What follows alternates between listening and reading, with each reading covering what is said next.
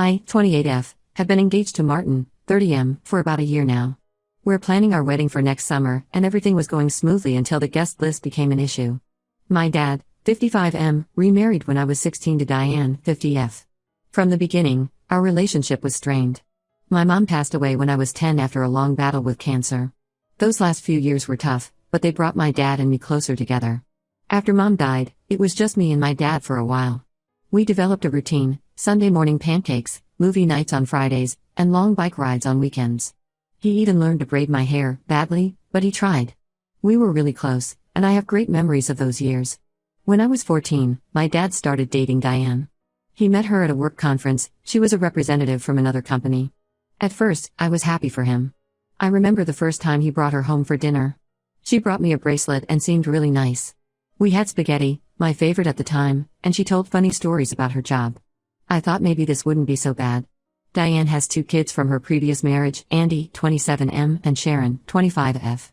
The first time I met them was at a picnic in the park. Andy was quiet but friendly, teaching me how to throw a frisbee. Sharon was more outgoing, chattering about her favorite bands and movies. It felt like the beginning of something good. But things quickly went downhill after the wedding. When Diane moved in with us, she redecorated the entire house, getting rid of a lot of my mom's things without asking me or my dad. I came home from school one day to find my mom's favorite armchair gone, replaced by a sleek modern one. When I asked about it, Diane said she had donated it because it didn't fit the new aesthetic. She claimed she wanted a fresh start for our new family. I was devastated. That chair was where my mom used to read to me every night. I ran to my room crying, and when my dad came to check on me, he just said, "Give it time, sweetie. Change is hard for everyone." It was the first time I felt like he wasn't on my side. Over the years, there have been countless incidents that showed Diane's favoritism towards her own kids. On my 16th birthday, I wanted a small sleepover with my 5 closest friends.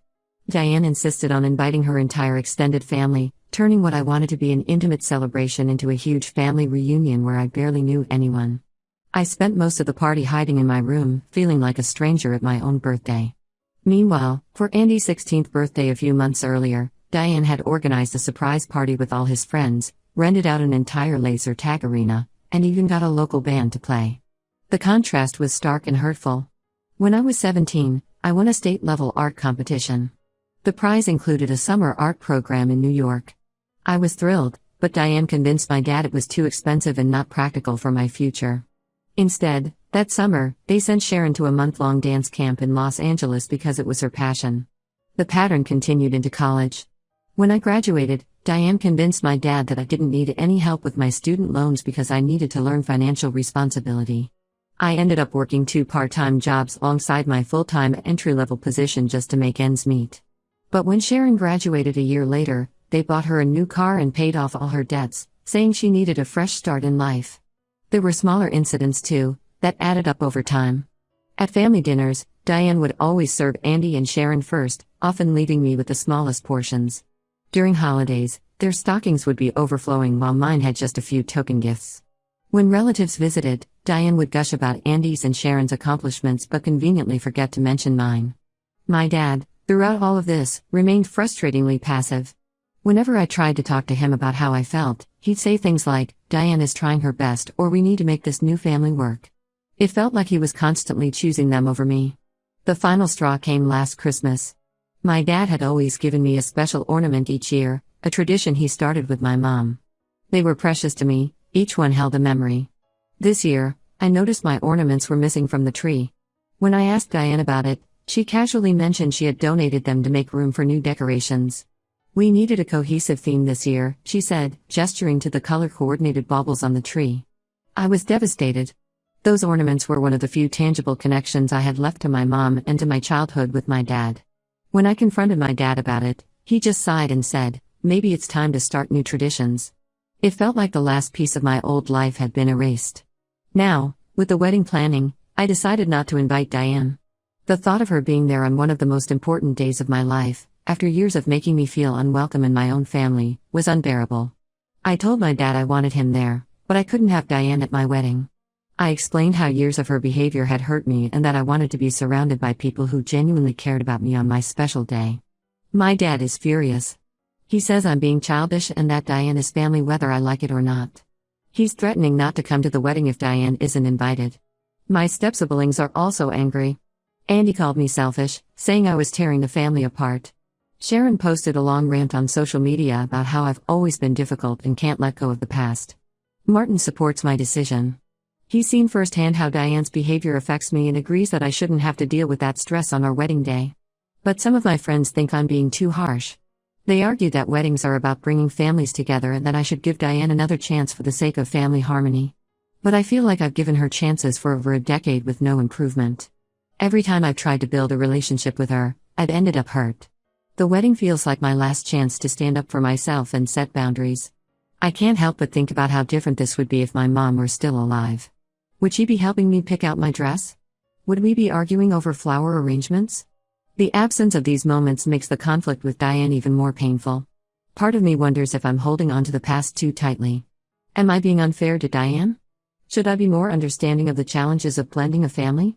But then I remember all the times I tried to connect with her, all the olive branches I extended that were ignored or rebuffed. I'm torn between wanting my dad at my wedding and needing to protect myself from more hurt. The thought of walking down the aisle without him is heartbreaking, but so is the idea of having Diane there, a constant reminder of years of feeling unwanted and second best. Ida for standing my ground and not inviting my stepmother to my wedding? Am I letting past hurts cloud my judgment, or am I finally setting necessary boundaries? Update 1. It's been about a month since my original post, and a lot has happened. First, I want to thank everyone for their support and advice. It really helped me gain perspective on the situation. After my dad's initial anger, he called me a week later, asking to meet for coffee. I agreed, hoping we could have a calm discussion. We met at the little cafe where we used to go for hot chocolate after my dance recitals when I was younger. As soon as I walked in, the smell of cinnamon and coffee brought back a flood of memories. My dad was already there when I arrived, 2 steaming mugs on the table. He looked tired, with more gray in his hair than I remembered. When I sat down, he pushed a mug towards me, hot chocolate with extra marshmallows, just like I used to have. The gesture nearly made me tear up. He started by apologizing for not standing up for me more over the years. He admitted he had been so focused on making his new marriage work that he overlooked how Diane's actions were affecting me. I thought if I just tried hard enough, we could be one big happy family, he said, staring into his coffee. I didn't realize the cost of that dream. However, he still insisted that I should invite Diane to the wedding. He argued that it would cause a huge rift in the family and that I should be the bigger person. I stood my ground and explained that this wasn't about being petty, but about surrounding myself with people who genuinely care about me on my special day. Our conversation took an unexpected turn when my dad revealed something I never knew. Apparently, shortly after he married Diane, she had given him an ultimatum: either prioritize their new family, meaning her and her kids, or she would leave. He admitted he was scared of being alone and chose to comply with her demands, often at my expense.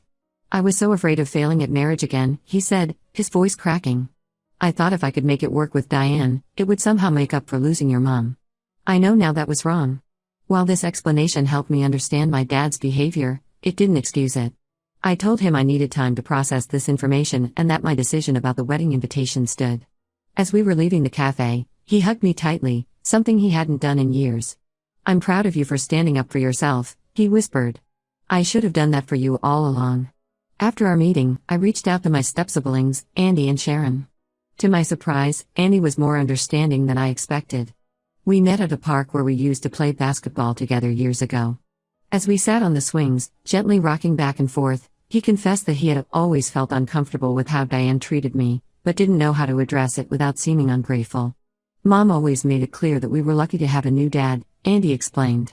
I felt like I couldn't complain about anything without risking that. He apologized for not being a better brother and for his initial angry reaction to the wedding situation. I get it now, he said. You need to do what's right for you. Sharon, on the other hand, refused to talk to me, saying I was tearing the family apart. She sent a long text message accusing me of being selfish and ungrateful. Mom gave up so much for us to have a family, she wrote. Why can't you just appreciate that? Her words stung, but I realized her perspective was shaped by years of Diane's influence. Martin has been incredibly supportive through all of this. He suggested we take a weekend trip to clear our heads and focus on our relationship amidst all this family drama. We went to a small coastal town where we had our first vacation together 3 years ago. We spent 2 days walking on the beach, trying local restaurants, and talking about our future. One evening, as we sat on the sand watching the sunset, Martin turned to me and said, "You know, when I first met your family, I couldn't understand why you were so anxious around them. Now I get it. I'm sorry you had to deal with that for so long." His understanding and support meant more to me than I could express. When we returned home, I found several voicemails from Diane. In them, she had alternated between angry tirades about my selfishness and tearful pleas to reconsider. "How could you do this to me after everything I've done for you?" she demanded in one message. In another, she sobbed, "Please, Sarah, don't tear this family apart. We can work this out." I haven't responded to Diane yet. Each time I think about calling her back, I remember all the times she made me feel small and unwanted. The Christmas ornaments, the forgotten birthdays, the constant comparisons to Andy and Sharon, it all comes flooding back. For now, the guest list remains unchanged. Martin and I are moving forward with our planning, focusing on the positive aspects of our upcoming celebration. We've chosen a small venue by a lake, reminiscent of where my parents got married. It feels like a way to honor my mom's memory while also starting our new life together. I'm working on accepting that my wedding day might not include my entire family, but it will be filled with people who truly support and love us. My best friend Lisa has stepped up to help with all the tasks my stepmom might have typically handled. She's been amazing, helping me pick out flowers and tasting cakes with me. As the wedding gets closer, I find myself thinking more about my mom. I wish she could be here to see me get married. I've decided to incorporate a few subtle tributes to her in the ceremony. I'll be wearing her favorite flower in my bouquet, and we'll be playing her favorite song during the reception. This whole situation has made me realize how much unresolved grief I still carry, both for my mom and for the relationship I wish I had with my dad and stepmom. I'm considering starting therapy to work through some of these feelings. Martin thinks it's a good idea and has offered to go with me if I want support. For now, I'm taking things one day at a time. Some days I feel strong and certain in my decision. Other days, the guilt and doubt creep in. But I'm trying to stay focused on the future, on building a life and potentially a family with Martin where everyone feels valued and loved. Update 2. It's been 2 months since my last update, and things have taken another unexpected turn. About 3 weeks ago, I received a letter from Diane. Unlike her previous attempts to contact me, this letter was different. It was handwritten on pale blue stationery, the same kind my mom used to use for her letters. I don't know if Diane knew that or if it was just a coincidence, but it caught me off guard. The letter was long, filled with apologies and reflections on her behavior over the years. Diane wrote that she had started seeing a counselor to work through her issues. She admitted to feeling insecure about her place in my dad's life and how she had wrongly tried to establish dominance by pushing me away. "I was so afraid of being second best to your mother's memory," she wrote, "that I never gave myself a chance to be a real mother to you." She acknowledged specific incidents where she had been unfair or cruel, including the Christmas ornament incident. "I convinced myself I was helping you move on," she explained, "but now I see I was only trying to erase the parts of your life that made me feel insecure." While I appreciated her apology, I was cautious about accepting it at face value. Years of hurt don't disappear with one letter, no matter how heartfelt. After discussing it with Martin, I decided to meet with Diane in person to gauge her sincerity. We met at a quiet cafe in town, neutral ground for both of us. As I waited for her to arrive, I couldn't help but remember all the tense family dinners and awkward holiday gatherings we'd endured over the years. When Diane walked in, I was struck by how small she looked. Gone was the confident, sometimes intimidating woman I'd known. She seemed nervous, fidgeting with her purse strap as she sat down. During our meeting, Diane broke down in tears several times, repeating her apologies and asking for a chance to make things right. "I know I don't deserve your forgiveness," she said, wiping her eyes. "But I want to try to be better, to be the stepmother you deserved all along." She pulled out a small box from her purse and slid it across the table to me. Inside was a delicate silver locket. "This was my grandmother's," Diane explained. "I want you to have it. Maybe you could wear it at your wedding? As you're something old?" The gesture touched me, but I was still conflicted. On one hand, this was the first time Diane had ever acknowledged her behavior and seemed genuinely remorseful. On the other hand, years of hurt don't disappear with one apology and a piece of jewelry.